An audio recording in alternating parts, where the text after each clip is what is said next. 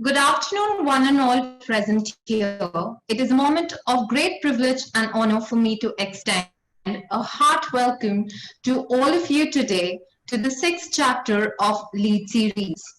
I hope you all must be delighted and thankful to the Asian Education Group for constantly making efforts to upscale, rescale, and upgrade the knowledge and experience of their students. Leadership and Entrepreneurship Development Program has invited top industry professionals wherein they share their high-valued experiences, guide students towards innovative thinking, benefits of new ventures, self-development, and attributes for being an effective and efficient leader. With the same perspective, we have with us our guest for today, Mr. Kartik Rao, Chief of Staff and Head HR, Bewakoof.com. An HR expert with over 10 years of remarkable experience and expertise in business HR strategy, organization development, change management, talent management, mergers and acquisitions, succession planning, organizational restructuring and design. He holds a staunch knowledge of business HR in select regions of Europe and Southeast Asia and understands working in cross-culture borders across multiple teams effectively. In short, where systems, processes, people, and innovation interplay, he is a master there. He has had his exposure with various renowned firms such as Benetton Group, Housing.com, and now with Bewakoof.com, which I'm sure requires no introduction amongst the youngsters.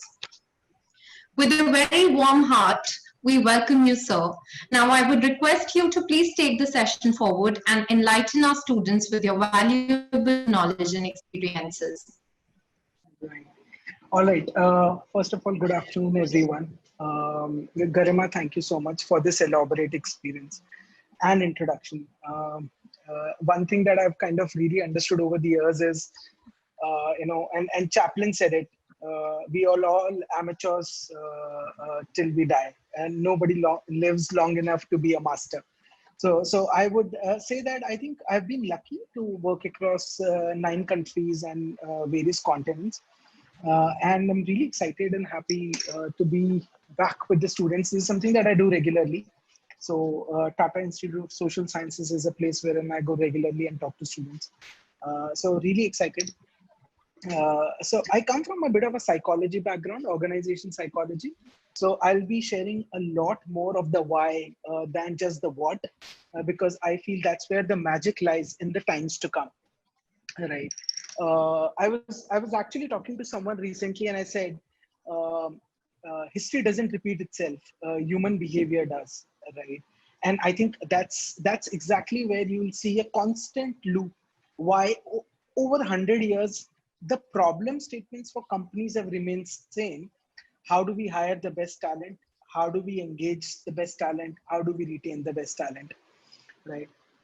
So let me kind of share some light on that in terms of how organizations have been working till now, and how will the organizations work in the future. And one thing is, nobody for sure knows what is going to happen, but I can definitely give you at least where we predict where the market and the companies are about to go. Right? So let's talk about how do organizations work. How does your college work? Right. So effectively, the worldwide, all organizations are designed on something called the theory of reductionism. It's a Darwin theory, which said if there is a complex problem, break it into small parts, solve the small parts, and reassemble the problem, and you have solved a bigger problem. So then what is the larger problem here? Organization. Company chalani hai is a big problem to solve. So what will we do?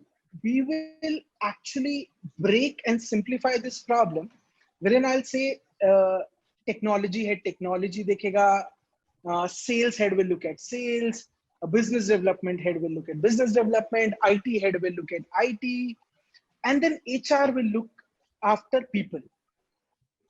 And problem with that approach is that if you have a hammer, everything that you look at is a nail.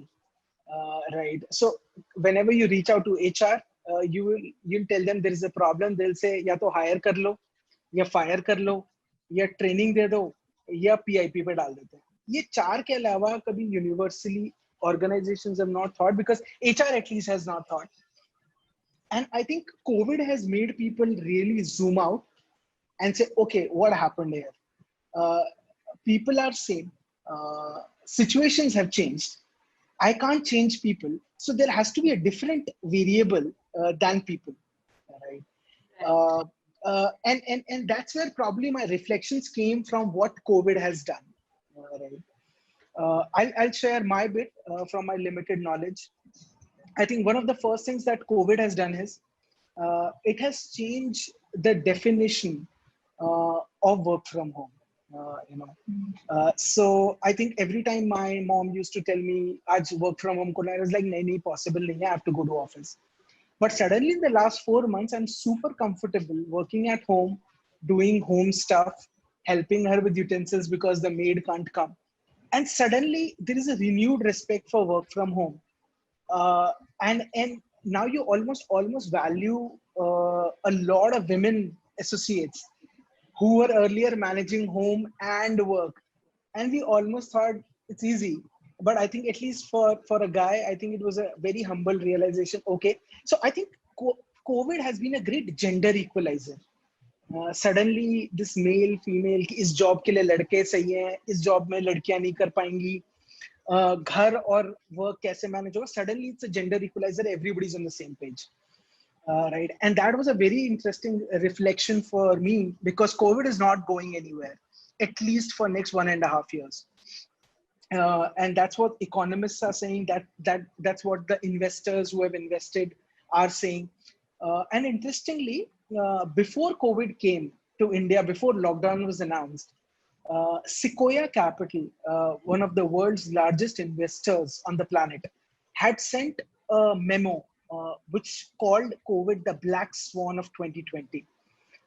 And it was sent to all the portfolio companies and said, this is going to be the black swan, careful.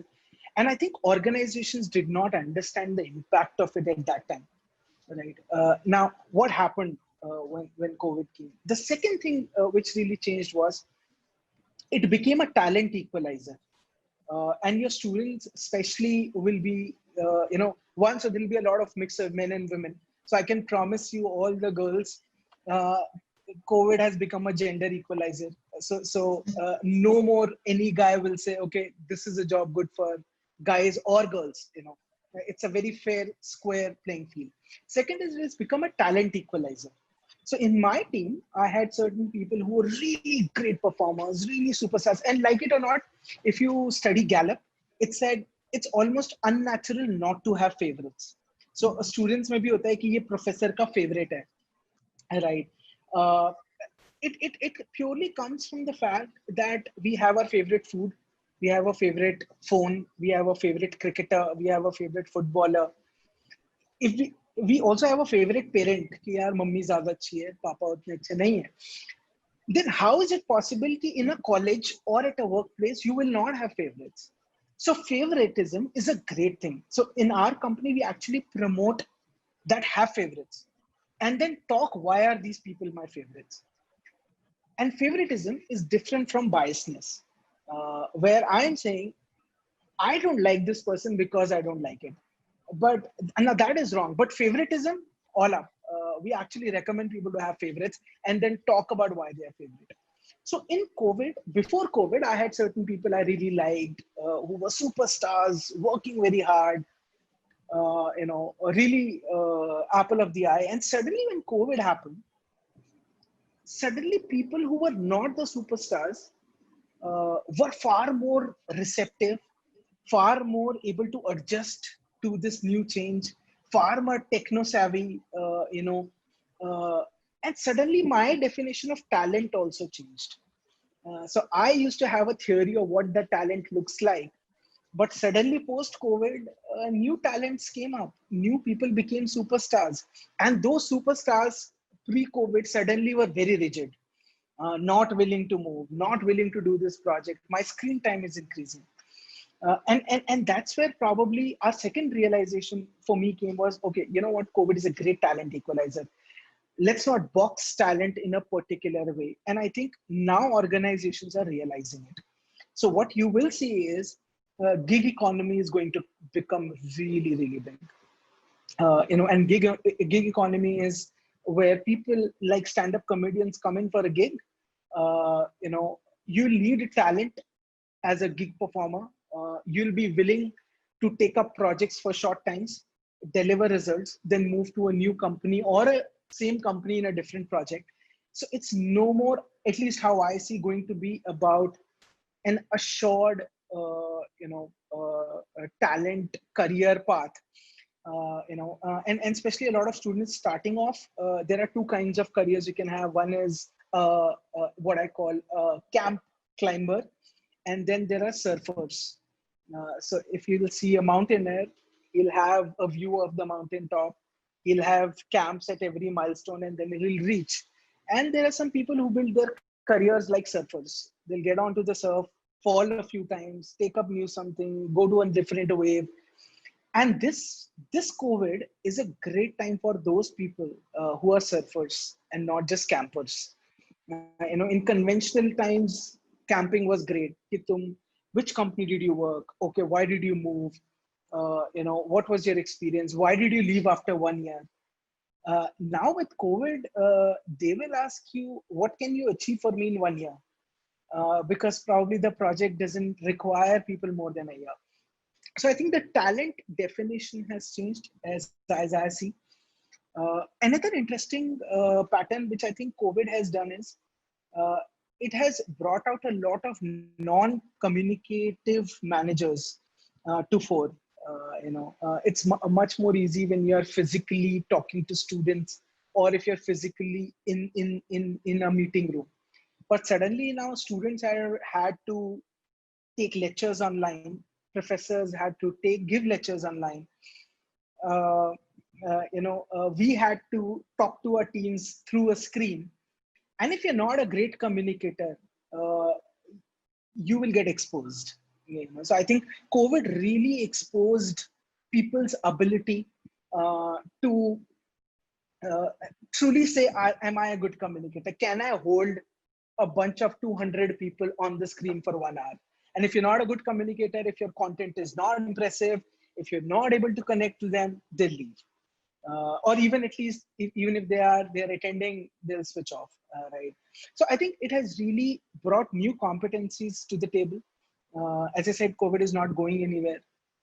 I have worked very closely with the CEO of Levi's and Benetton and Pepe Jeans. And I was talking to them and they said, they don't know this is the new normal. And now everybody's figuring out a way to come online, right? Lifestyle is a brand I'm sure all of you would know. Lifestyle is chasing us that, can you put our products on your website? Because we have too much stock to sell.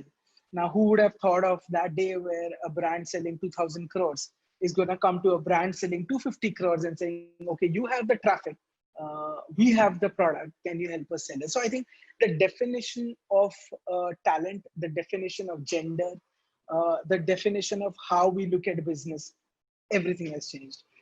And that is, I think, going to be the most fascinating aspect of what I see at least COVID is going to bring. What are companies doing? I think, so when the Titanic was about to sink, there were lobsters in the kitchen who felt this was a stroke of God to save them, right? So everything that brings problem to a set of people will also bring benefit to a lot of people. So I think people who are planning their career will have to be very, very selective about the kind of industry they will pick. Because I can promise you, online business is going to see the kind of surge that it has not seen in the last 20 years. Uh, uh, for us, we are already at 70-80% of our business, even when the country lockdown continues. So if I was doing 20 crores a month, I'm already doing almost 14 crores this month. Now, this is telling you the recovery of for an online business is so big that offline business is really going to struggle. So my brother is the head of HR for Max Insurance. Insurance industry has taken a huge surge because suddenly now a lot more companies want to do insurance of their employees because government has mandated it. A lot of parental cover has kicked in. And suddenly a lot of healthcare industry, which I always believed is recession proof, is taking a huge surge. So instead of picking companies, I would say pick industries, because you might have a great company like Levi's, which is a US conglomerate doing crores of business, but right now is finding it difficult to open a store. All right. So don't pick companies, pick industries. If you're on a rocket ship, it doesn't matter which seat you get. You'll go to this space. So I think as long as you're getting into the rocket ship, uh, be a little flexible about, how much of the role you're getting in overlap, how much of compensation you're getting in overlap. I think that really is the second thing that I would strongly recommend as the upcoming trend. Another interesting thing that's happening that I think all of you should consider. I don't know if some of the students have experience before or not, but a lot of great talent is available now uh, to the companies that are seeing a surge in business. So we recently offered the design head of India of Levi's to join to Bewakoof. Now, this is a really interesting move because this guy has almost a decade of experience, has worked with Mean Benetton, has worked with Levi's, has worked with a lot of designer brands. And now suddenly top talent from top companies are willing to switch to online business. So I think there is a huge availability of a talent pool, which is there. So some of the really interesting trends are these on the surface that I see. Uh, Industries, the kind of roles. Oyo Rooms, which is one of the biggest Indian companies of late, actually rolled back more than 2,000 offers for Indian students, and a lot of them applied to Bewakoof, and they really felt, that. So our question in the interview, our question was, what if you get an offer back from Oyo before you join us? And they said we would still not want it. Because I think a lot of people are wanting to go into a better industry than to a better company. Oyo naturally is bigger than us, but it doesn't interest too many people now because of the volatility. So this is what we have seen of late. Uh, and because the definition of talent has changed, the definition of talent management has also changed. The definition of hiring has also changed. In my research that I've been doing in the last 10 years, human beings operate fairly similarly, in most circumstances. So I've been researching on the hiring process of a lot of companies, and I'll be happy to share some insight, because a lot of you, when you go for the interview, these hacks will really help you prepare better and know from an interviewing standpoint, how do people think. And I'll share a bit of scientific research and a bit of data points for you to get some sense. So here is the first proven fact on hiring. Most hiring decisions are done within the first 3 minutes of hiring. So you entered a room, you said hello, you said your name, the person looked at your resume, looked at your college name, looked at which city you came from, looked at broadly your companies. It's just about 3 minutes that would have done. The person already has made up his or her mind whether they want to hire you or not. And this is what we call in psychology a confirmation bias. So now I have decided in the 3 minutes that I'm going to hire this person. And if I've decided that, I will spend next 30 minutes looking for reasons to hire you. And if I've decided I don't want to hire you, next 30 minutes, I will look for reasons to reject you, because my mind is conditioned to a decision. And now everything that I do after that is going to prove. And after 30 minutes, every interview becomes a self-satisfying prophecy. See, मैंने बोला था अच्छा candidate है या मैंने बोला था बेकार candidate है. Now that's the danger which most organizations face today, right? And we did a research around it. So we got two set of resumes which has same number of experience, which has same number of years of experience. Everything in the resume is same except a few things. We changed the gender and the name. We changed the city they came from. We changed their college. And we changed some of their hobbies and interest. And we sent one same resume. You are the same person, only a few aesthetic details are changed. And the person who shot for the same role, by the way, sales executive, the person in Bombay rejected certain people, which the person in Delhi selected. So clearly in the same company for the same role, two different leaders in two different cities for the same set of resumes have a different choice just because we have changed just the name, age, experience. And just on that, they have made a consensus at a resume level. Now imagine if at a resume level, that kind of bias can kick in, what can happen at an interview level, right? So there are a lot of organizations who are focusing on hiring, how to hire. So Garima, do you know how to drive? Yes, I do that every day. Yeah, so you have trained for it, right? You Yeah. trained for it. You took. I'm sure you know cooking. Yes. So you would have To some trained for it, extent. right? Yes, you have trained. So every time you made something first, you trained for it. But hiring is one skill everybody thinks अब पैदा हुए हैं. The moment you're a manager, resume लेके क्या चार सवाल ही तो पूछने हैं. And with that kind of mindset, people have never been trained on how to take an interview. And that really is the start point where a lot of organizations make hiring decisions, make wrong hiring decisions, and that lands up screwing a lot of careers for a lot of students, right? So for the students that are here who are going to apply, I'll be more than happy to help you on how to make a powerful resume. A lot of people write essays and resumes of what they have done and which project they were a part of. But effectively, there is a technique on how you can write a powerful resume. There is a technique on interviews are no rocket science. Most people actually don't prepare for an interview. And that's what we have seen post-COVID. So one of the questions we ask, a lot of people. So in my company, when I'm hiring, some of the questions that we ask, and now post-COVID, it's even more important is, when was the last time you apologized at work? And you'll be amazed people don't remember it. When was the last time I actually myself said, sorry, listen, I screwed up. Not designed for it, So we ask people, are you lucky? Do you feel you're a lucky human being? Or what is your competitive advantage? And some people, so there is this girl that I interviewed and she gave the most amazing answer.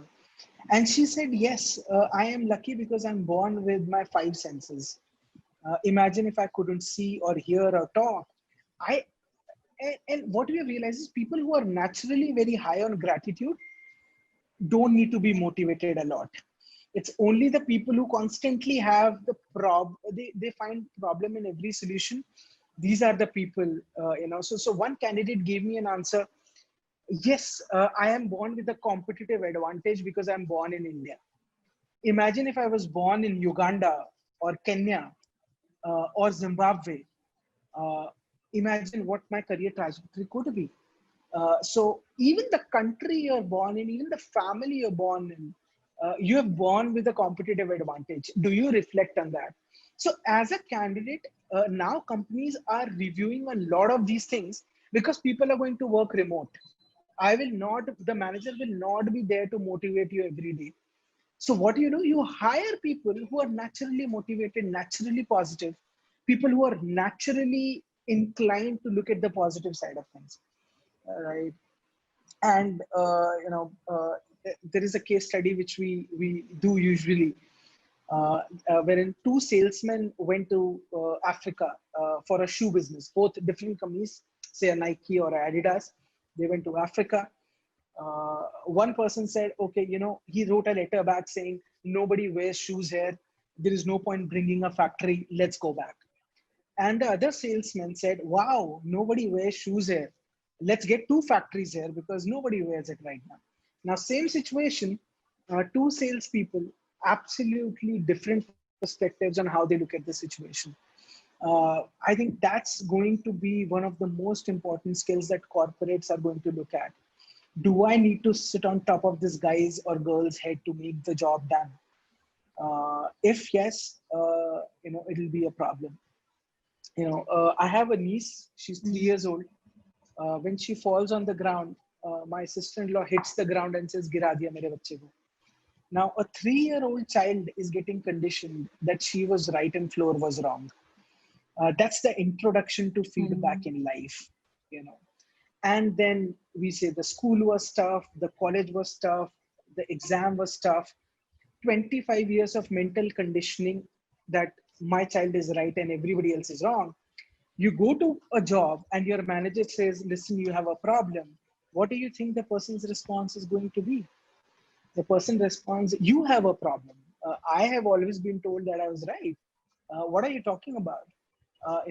Even in school or colleges, I don't know how does it happen at ABS, but at least historically, the schools always have CGPA, and it always has a gold medalist. It always has a rank 1, rank 2, rank 3. Now that's great, but problem is you have conditioned the child all his or her life to operate like an individual contributor that only I can come first. There is only one first. And the moment these people come to work, managers is co-individually, it's a teamwork. The brain doesn't understand. The brain has been conditioned to operate like an individual contributor that I am only the one who can come first. So every time you ask a team member, are you willing to stretch for the other guy? No, because if I stretch for you, he might become the number one because I'm supposed to be. So now a lot of workshops are happening at least TIS where we work, wherein we said we want to get away with the whole concept of CGPA rank 1 to 3. We want to talk about a group coming first or a particular group winning rather than individuals winning, and that's something we are even looking at office and work. So one of the things interview may what you will see is a lot of companies looking at, are you somebody who always has a lot of I, or you're willing to give credit to the team for the work that you do, especially because you'll be sitting remote now. So even more your ability will be important. Uh, you know, I'm sure you've had sessions before. A lot of people have spoken about empathy, a lot. And my view is that we don't need empathy. I think we need compassion. Uh, Empathy is I understand your pain. Okay, how does it solve my job? You understand I'm struggling with scores, but how does it solve my problem? So I think a lot of companies, at least what we are doing is, imagine you're climbing a mountain, you see a huge rock on someone's chest. Now, if you're very high on empathy, you will say, okay, you know what, I feel your pain. Compassion is helping the person remove the rock. So I think we are also looking for a lot of people and managers and team members who don't just understand, they're willing to do something about it. And those are the kind of skills which are becoming somehow so much more important in COVID that I cannot reiterate enough. These are some of the really stark, obvious conversations, because we have some managers who are control freaks. They want to control things, situations, people, and they are struggling big time, because they can't now reach people. People are not logging in. Now, what do? You can call, you can do all of that, but people are, so you suddenly have to let go a lot of control and say, okay, you know what, I have to trust people. And that involves a lot of compassion, that involves a lot of letting go, which I'm sure even at a professor level, I think a lot of professors really want to be close to students, and you have to let them go now. There is no other way. So I think those are some of the observations, Garima. I could elaborate more if they come in the Q&A, but Sure, these are sure. some things I would like to say. I think they've gathered a lot from you, starting from the mental conditioning, which is very, very relevant, and it starts from the very childhood, Right. and it continues. Also, this importance of taking action and compassion. These are very pragmatic sources of information which our students can actually imbibe in. We have lots of questions coming in related to that. If you're comfortable, shall we start with the Q&A?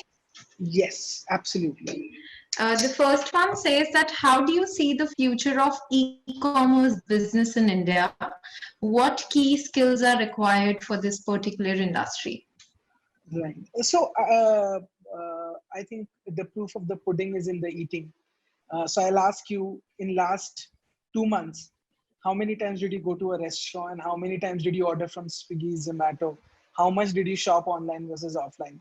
So I think the writing is clear on the wall.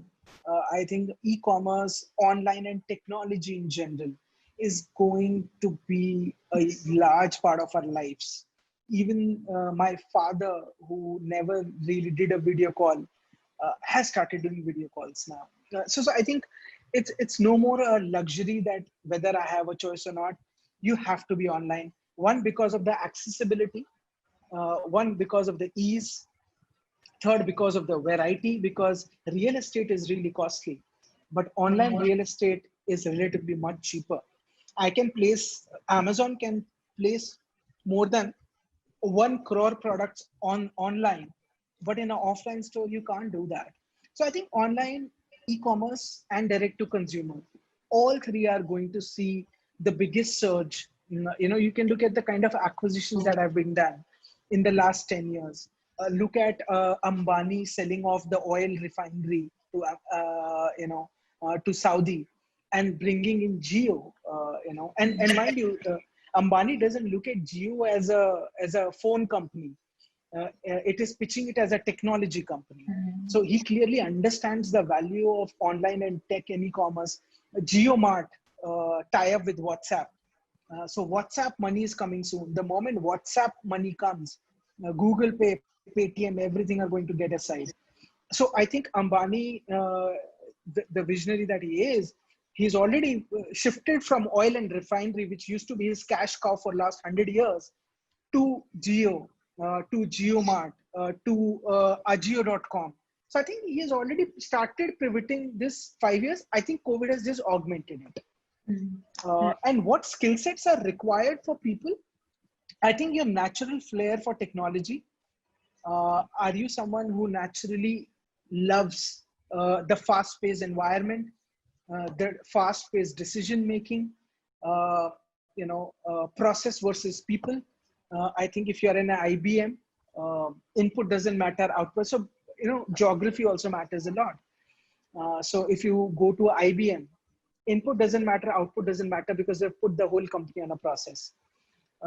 As opposed to e-commerce, where process won't be there, because the things change so quickly that you have to adopt things at a much faster rate. So I think agility, your natural flair for technology, and speed is what I think people will need. Sure. The second question is, how does a fresh graduate need to prepare for meeting the industry requirement, especially during COVID-19 times?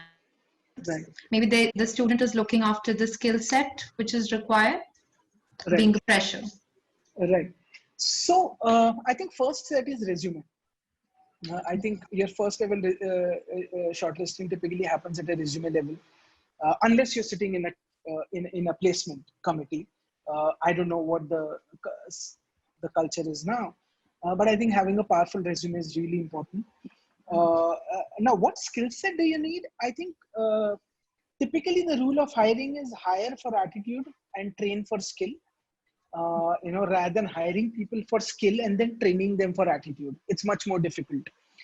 So I think, as I said, there is a report from Conferry which said mobility is going to be number one competence in the future.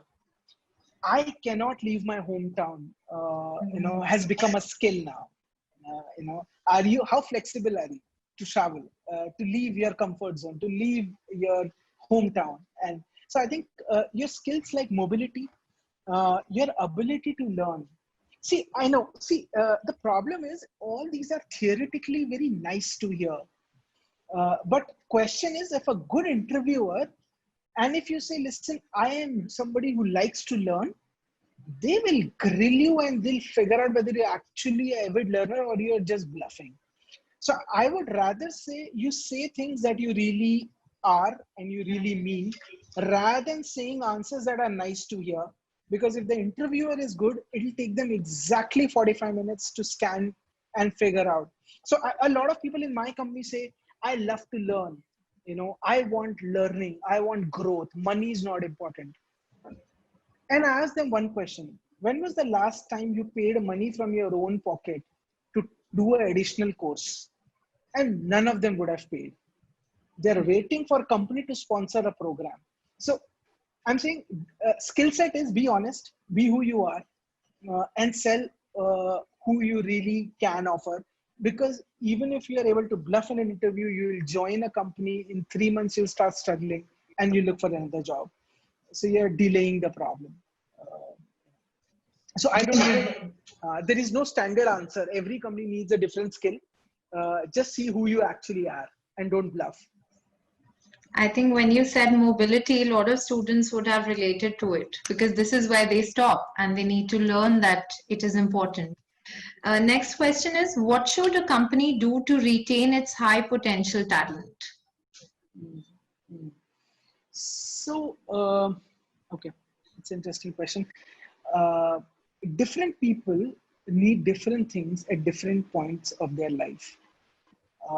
So there is no standard answer. So when I was 22, 23, I wanted a company which has a great party culture, a chill boss, a lot of beanbag and foosball tables, and a fun working environment with some learning. But 3 years later, I was okay to have some less of fun, but I wanted more learning. And once I learned, by 30, I said, listen, dude, I want more money and I want a bigger role. Learn कर लिया, अभी implement करने के लिए playground चाहिए. So, and today at 32, for me, what really matters is what am I adding value to?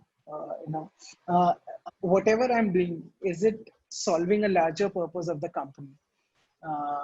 So when you say what does company need to do to retain its top talent, the first question is, listen, don't give them what you have, give them what they want. Because Kartik at 22 wanted something very different at 25, wanted something very different at 29, and still wants something very different at 32.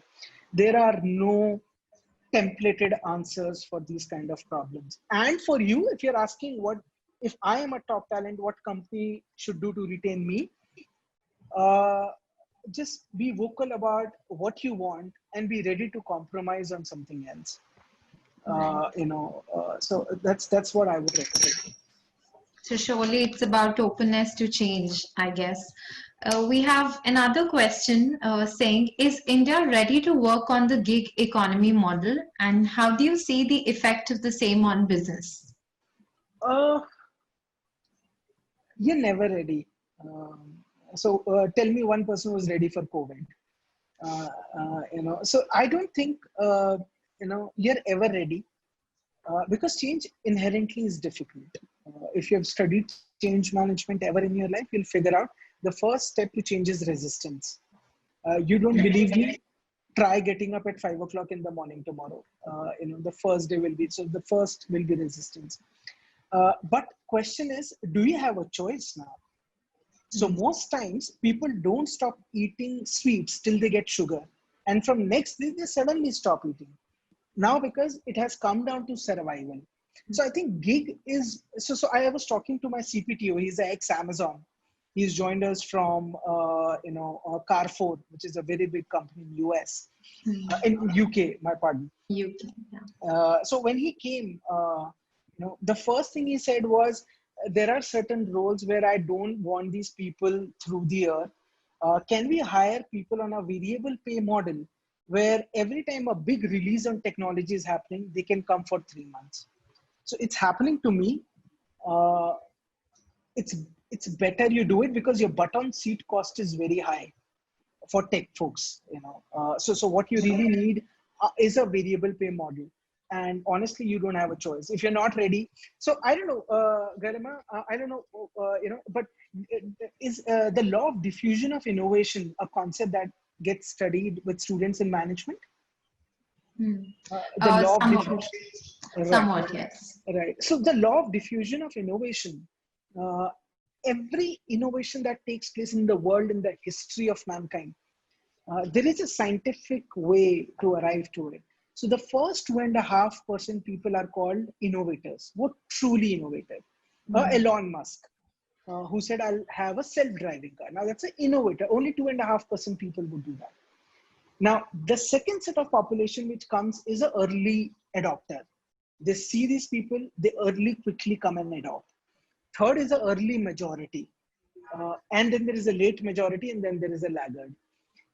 You rather be an innovator or an early adopter for gig economy, else you'll die. Sure. Next question is, what advice would you like to offer to our students who are aspiring for HR career? So I have a vacancy in HR. Surely they're getting after you now. So I think every company's role in HR is very different. See, as I said, I'm not a big fan of sweeping general answers. What a HR does in Infosys is very different from what a HR will do in Wipro or Zomato. Because on the age and stage of the company, the role of HR keeps changing. But if you really talk about e-commerce, or if you really talk about effectively core competence of HR, I think start falling in love with data. I think HR people have been trained to fall in love with people, which is great. I would say fall in love with the right people. You can't keep everyone happy. So one of the fundamentals that we have is sabka saath, sabka vikas is not something every organization can do. So you build a capitalistic model wherein you reward the best people and you penalize the bad ones. So I think as HR, I think one point, if I had to say, everybody has trained you to take care of people. I would say take care of data as well. It's going to be the demand of the future. So things like HR analytics should be more into. So let me give you a very brief example of what I mean. Org structure is like, even your college has an org structure. There will be a dean and there are professors and students. Org structure is like X-ray. Dikhta hai, broad blueprint. Culture is like ultrasound. Surface pe dikhta nahi hai. So I can be in HR, but I am very close to somebody in finance team. Now, every information of the company is going to that finance guy. Even though he's a junior person, is he more powerful than a lot of senior folks? Absolutely. So we did a technological intervention, which is called ONA, Organization Network Analysis, in which we studied who are the kind of people that you reach out to, and who are the kind of people who reach out to you. And very simple 7 questions. One question will be, who do you go to when you want to take a career advice? Another question, who do you go to when you want to know what's happening in the organization? Third will be, who do you go to when you want to take a career advice or a personal advice? And there's 7 questions. And you'll realize, I talk to Garima, Garima talks to Imanshu, Imanshu talks to Ravi, but Ravi again comes and talks to me. Then in that whole process, I am the most powerful person. So what we are working on is your network strength rather than your power strength. So Modi is powerful, but in India. Trump is powerful, but in US. But if Sachin Tendulkar goes to anywhere in the world, he's very powerful. Why? Because he has influence. And now what we're trying to figure out is who are the influencers in the company who may not be in the org structure, but are driving a lot of organization decisions. So those kind of technology interventions I'm talking about. HR analytics is one. HR analytics will give you data. It will not tell you what to do with it. Right. I'm sure this was very helpful for our HR students. Since you mentioned time and again about the resume, this is one repeated question which students are sending, that what are the few things we should keep in mind while making a powerful resume? Don't copy the objective. I see a lot of resumes where people write objective, which is really nice and flashy, and usually is copied from somewhere they read. But on a serious note, so there is a particular way to write a resume, at least what I recommend. So I have done X with Y resources and delivered Z results. It's a framework that I'm sharing with you, that I have done a sale of 100 crores with just 3-member team. With a last year, the sale number was 50 crores. Now that's a very interesting, effective, direct way of saying, what did I do? What is the significance of it? I might have done 100 crores today, but what if the last year was 150 crores? So always write, where was the situation where you came? What changed after you came? And what was your contribution in that change? I think it's the most simplistic and purposeful way of writing a resume. One, it makes it very, very crisp because you're talking about outcomes. A lot of people just write about what they did. Okay, you did this. I was a part of the project to set up performance management system. Okay, what was the benefit to the company? Did it save cost? Did it increase productivity? Did it increase profitability? If somebody is from a finance background, I was a part of the project which implemented SAP. Okay, great. You introduced the SAP tool. What was the benefit of the company? Did it save cost? Did it increase process efficiency? Did it reduce the error rate? People usually don't talk about the outcome. They just talk about what was the project? What did I do? And I think it's like you're running on a treadmill. I know you're running, but what did you achieve? So I think that's one of the fundamentals of a resume. Keep it. Don't just talk about your successes. Talk about a couple of big failures also. I really, check for people's intellectual humility in my interviews. Are you willing to change your mind if I present you with a better data? A lot of people can't. Believe me, it looks easy, it sounds easy, it's not an easy thing to do. So talk about some of the things that you try, because the moment I see resumes where I've done this, I've done this, I've done this, you've done everything great in life. It's almost like greatest gift to mankind. It doesn't look real. It doesn't feel real. It's difficult to write your own resume. They all look the same to us. The moment someone puts an effort to write an original resume, it stands out for me because I know कुछ तो different है, कुछ तो original लिखा है. I think these are two things that I would recommend. Make it a one-pager. Don't really kind of make it a very long one. Yeah, I think these 2-3 tips can really make your resume stand out. There are more, but they'll have to be very customized. So if anybody wants to get in touch with me, I'm happy to kind of help you in kind of designing your particular resume for a particular role. Your resumes can also change depending on companies. What this company values. I'm not saying you change the facts. I'm saying you present it in a way that right things come up. So again, no standard answer, but yeah, some 2-3 principles, yes. Sure. Thank you for that. Another question is, With the adoption of new normal in the entire globe, it is altogether going to be very difficult and hard time for businesses to run and grab opportunities. At the same time, individuals need to identify the right path and channel to direct their energy for benefit for both the businesses and their own. So what's your take on this? Honestly, it's difficult to pinpoint and say what is going to be the way forward. I have to be really arrogant to say I know what you need to do. Uh, I think this has been a challenge which has existed for the longest time. Uh, you know, uh, but I think the best you can do is find a place where what you really want to do and what the organization wants to achieve is overlapping. That's the ideal scenario.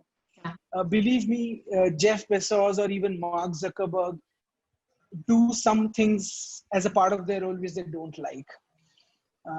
We all do some things which we don't like.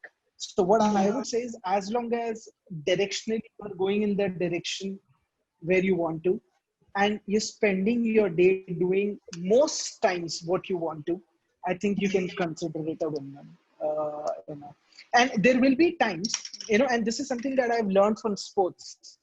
And this is something that we had Rahul Dravid who had come to our office, and he was giving a lecture to our top management team, and that's where he said, and Rahul Dravid mentioned that there is nothing called a natural game.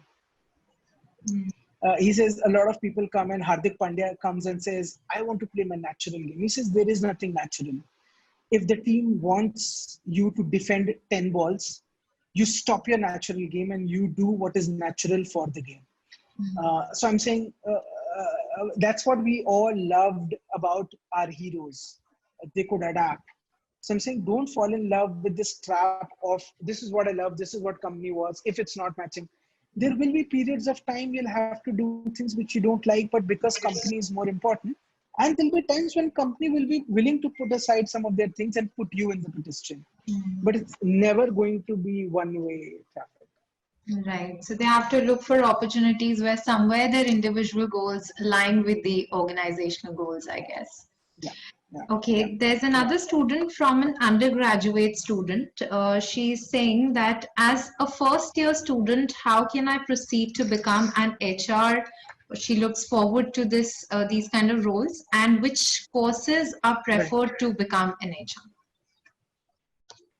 Right. So it depends. If you want to do organization psychology, I think Tata Institute of Social Sciences is one of the better colleges. I have been taught by professors there, and I've kind of worked in their human lab. They've actually created a human lab to study human behavior. So I think if you really are interested in OD, which is organization development, I think this is a very good institute. Of course, see, I can name all the best colleges in India, but I think it's very important that you figure out why do you want to become HR. All the people who think I want to become HR because I love people, because I love talking to people, is not why you have to become HR. So pick up a course in TIS. I would recommend. I think for me, that's I might have my biases, but I think that's one of the better colleges that you can get. I would recommend after your graduation, work for a while and then go for your MBA.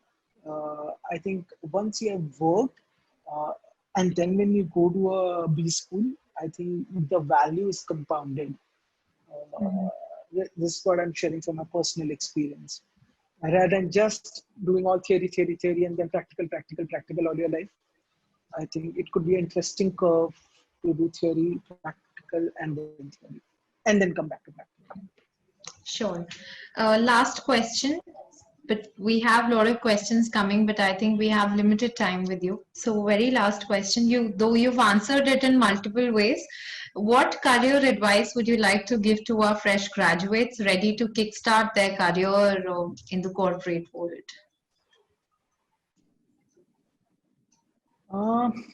So I think I've covered in part some of it. I think be flexible. Be flexible about your route. Be fixed about your goal, but be flexible about your route to reach there. and especially in COVID, as theoretical as may sound and something that has worked for me all my life, be authentic. In my first job, the CEO of Benetton, I was having lunch, and he used to come to office wearing denims, t-shirt, and chappals on a Harley Davidson. And I was like, why don't you're the CEO of Benetton, United Kingdom of Benetton is a global brand. Why don't you come suited, booted? And he said, just get your brains to work, you know. And he just simplified things that, we have been conditioned to be in a certain way all our lives. This is how HR should do. This is what it should look like.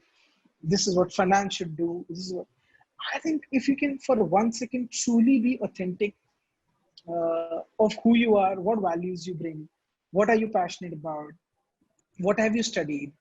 Go with a very open mind. I think universally, these skills are really in the starting years, formative years. Choose your manager wisely. Is a great advice I'll give you, because your first few managers have a very strong impact on how you think. I have experienced that. Your first few years are impressionable.